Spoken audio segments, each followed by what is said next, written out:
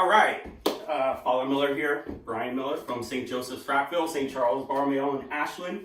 Today we're going to do a New York strip with garlic, thyme, and a white cheddar fondue, roasted potatoes, and broccoli. So the first step here, Terry, just follow me. Come on. Terry's my helper here, so say hi, Terry. Hi. All right. So again, some potatoes here, little pieces here. I'm going to dump them in this bowl here. About a teaspoon of garlic salt, put that right in there. A little bit of olive oil, about a teaspoon here, just like that. There we go. Massage it, get it all in there, get it all mixed in there. Potatoes actually, they're the longest part of this whole process. Potatoes take a long time to cook.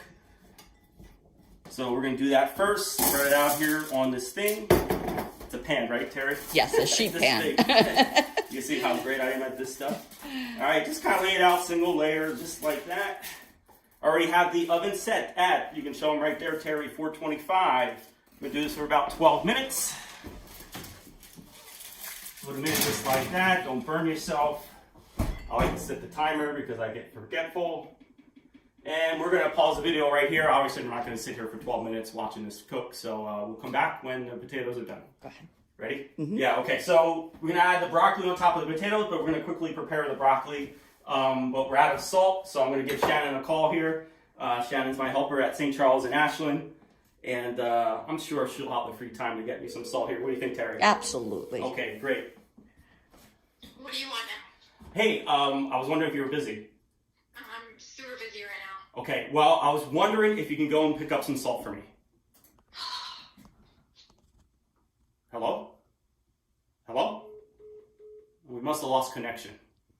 Okay, well, we're going to come back soon. The potatoes are almost done, but we're going to have to figure out a little salt problem. So Terry's going to pause it here, and we'll be back in just a second. Okay, so we got some salt. It turns out Shannon didn't get me the salt. I had to go get the salt. You can see the potatoes are ready, so we'll put those in just a second. We're going to add some bite-sized pieces of broccoli. Broccoli is the vegetable of death, so we're going to try to make this taste as good as possible. I think you should add some carrots to that. Oh, man, that's disgusting. So we're gonna try to make this good. So salt's always a good equalizer here. A little pinch of salt here, some pepper, just like that. A little bit more salt. Oh man, I'm never gonna get that taste out of my mouth. Absolutely terrible. So High in vitamin C. yeah, please. Just again, kind of massage it in there, just like that. Olive oil, salt, pepper. Obviously, the oven's going to be hot, so we're going to use a little glove here. You can see the potatoes are doing a nice job there. We're going to have the broccoli just right on top. Use some tongs, spread them out, just like that, single layer. And we're going to put this in for about another 12 minutes. Just like that. All right. And while the broccoli is cooking, now it's time to do the steaks. So we have 2 New York strips right here. Beautiful. Let them rest at least 20 minutes, 30 minutes. Let them get the room temperature. It'll cook better that way. Again, steaks, you'll want to season the steaks and season them well. Losing my patience here with this salt here. Well, that's a lot of salt.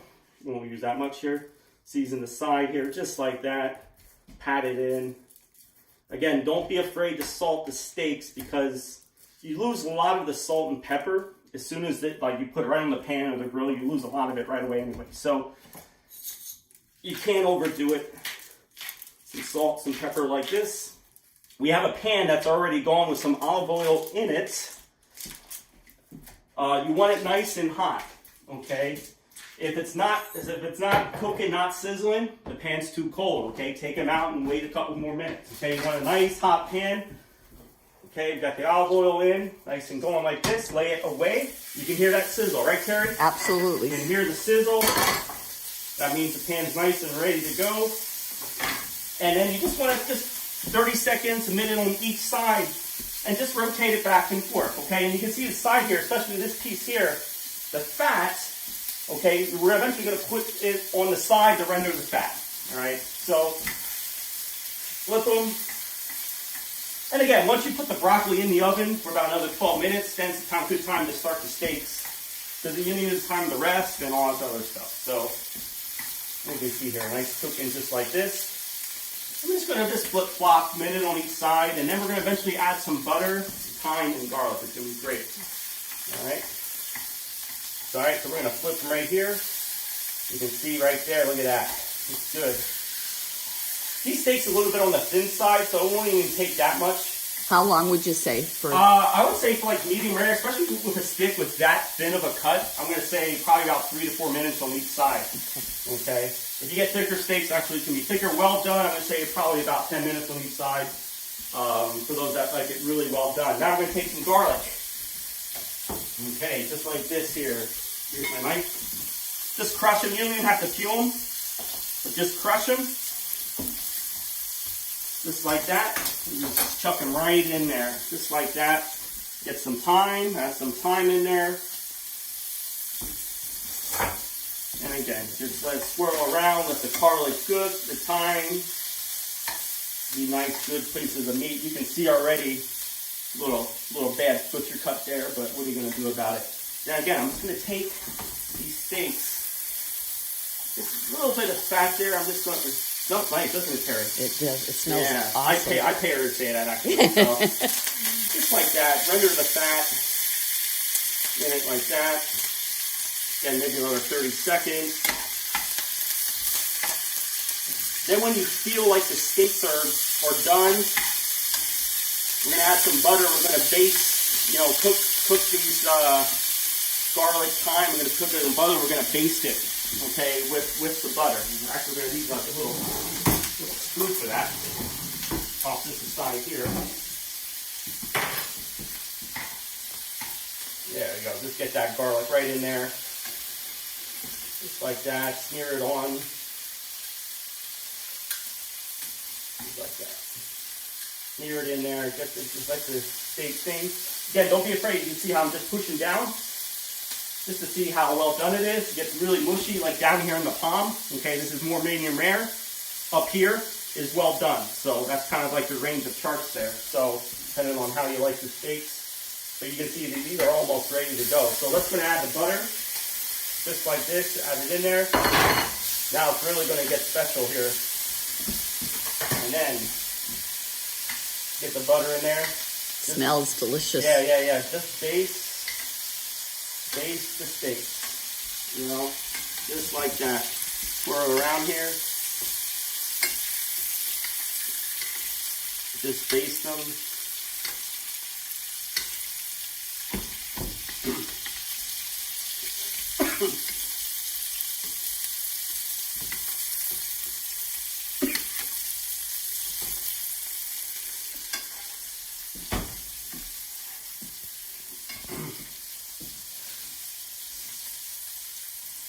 Okay, so we're going to do this for a couple more minutes, and then we'll get back. We're going to make this little cheese sauce, and then we'll take it from there. Okay, so again, just final basting, final rub with the garlic, the thyme. Okay, I'm going to turn this off. And important thing, let the steaks rest for about 5 minutes. So that's what we're going to do here. Just like that. Pan back, cover it up. As you see, we still got about 6 minutes for the vegetables, but in a couple minutes we're going to make the cheese sauce. So we'll be back in just a bit. All right, so the fondue cheese sauce. Now you could go by the way of milk and flour and butter and all this other stuff. This is more of the healthy option here. So we have about a 1/4 cup of water. I don't know, maybe about 2 scoops of cream cheese. Add that right in here. We're gonna get this going. All right, and then we're gonna wait for it to simmer. Again, we'll come back and we'll show you what to do to simmer. Once it starts simmering, it's only gonna take about 1 to 2 minutes. Stir until thickened. Take it off the burner, and then add the cheese to stir it in. Again, when this gets ready, we can just stand here and talk, or we can just stop the video and continue. I think we'll stop the video. Okay. All right, so what I'm doing now, it hasn't simmered yet, but I'm just kind of stirring the cream cheese and water to make it a little bit more of a mixture. I also added a pinch of salt too. Very important to that. Again, it's going to simmer. It's going to get there really soon. And again, once it starts simmering, then it's just all about just letting it get to your thickness desired, whatever you want. Again, it's very important. Take it off the burner. If you leave it on the burner and add the cheese in, it's going to get really stringy. So Terry, remember when we did the mac and cheese? Yes. That's why it got stringy, because it was too hot. And I know our first batch was like perfect. It was. The mac and cheese, and then the second one just got really stringy. And that's why, because you added the cheese and it was just really too hot and just got stringy. That's what happens when you try to do it for like 50 people. I am going to make my crab cakes again for Lent, but I don't know if I'm doing the other stuff. So just the crab cakes, I think. It's easier. So, if you're living in other places in the diocese, come up to Frackville, come up to Ashland, get some crab cakes for Lent. Be the best hour drive you ever had. Absolutely delicious. Yeah. And don't cheap out. I don't put other stuff in it. It's just No, crab it's meat. all crab meat. Yeah, it's all crab meat. You can see here. Again, just gotta be patient. I'm just gonna let it just sit here a little bit. You can see there's still some clumps there and all this other stuff. Try to break up the clumps. I'm gonna let it get hot there a little bit. Okay, next time we'll come back. We'll show you when it gets to its thickness, and then add in the cheese. By that time, you can see 50 seconds. We might need a couple more minutes on the vegetables. Actually, let's check the vegetables out right now, Terry. So, okay. Let's see how they look here. What do you think, Terry? Oh, they're sizzling nice. Yeah. How do they feel? Yeah, a little hard, I think. Couple more minutes. Yeah, a couple more minutes. Broccoli looks great. We don't want to be too long, so we're gonna do here. What do you think? 2 minutes? Yeah, let's say 2 minutes. All right, we'll say 2 minutes here. Keep it in there. You can see the smoke starting to come up here for the cream cheese and water mixture here.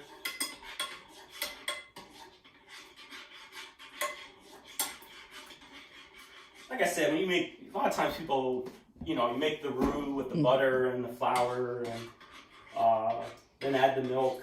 I mean, that's probably a better way in this, but this is probably a little bit more healthier, I would imagine.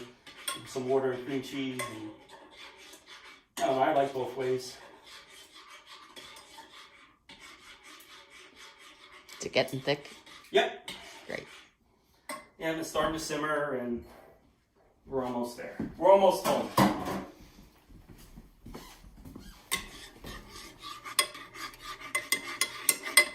It got really a lot smoother. Mm-hmm.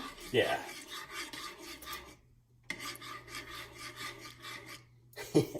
Imagine there's people watching water boil here. God bless you. If you're one of those people, thanks for your support. That's all I can say. Thank you.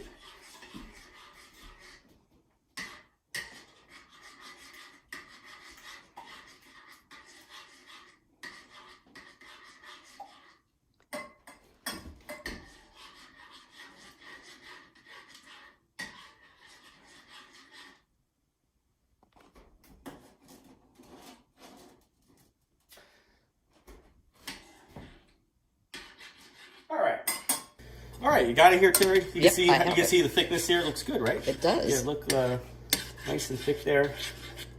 Okay. And then you're going to add what? We're going to add the cheese. We're going to take it off the burner. We're going to add the cheese, stir it in, and we're going to have our fondue cheese sauce. And then our last food will be plating everything and see how it looks.